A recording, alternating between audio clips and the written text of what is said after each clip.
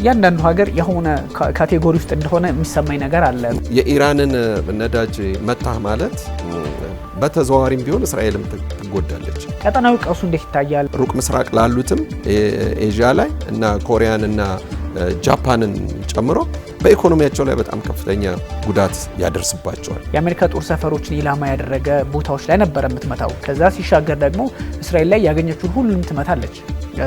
ይሄ ባለበት ሁኔታ አሁን የኃይል መሰረተ ልማቶች ላይ ኢላማ መደረግ፣ ኢራንም ደግሞ በተመሳሳይ ወደ ኃይል መሰረተ ልማቶች፣ ወደ ኢነርጂ፣ ወደ ኦይሎች፣ ወደ ነዳጅ ምናምን ልትገባ ትችላለች። ጦርነቱን በአጭር ጊዜ እንቋጨዋለን ወይም ደግሞ እንጨርሰዋለን ብለው ዶናልድ ትራምፕ በማን አለብኝነት የጀመሩት አሁንም ቢሆን ይራዘማል። ፕሬዚዳንት ዶናልድ ትራምፕ የማያሸንፉባቸው በርካታ ምክንያቶች አሉ። ይህን ጦርነት ሳውዲ አረቢያ አሁንም ቢሆን ኃይሏን ራሴን በራሴ እከላከላለሁ ብላ ከአሜሪካን መንግስት ከለላ እንደምትወጣ በጣም እርግጠኞች ነን። ኢራን እንደ ቬንዙዌላ የሚል ሀሳብ ነበር።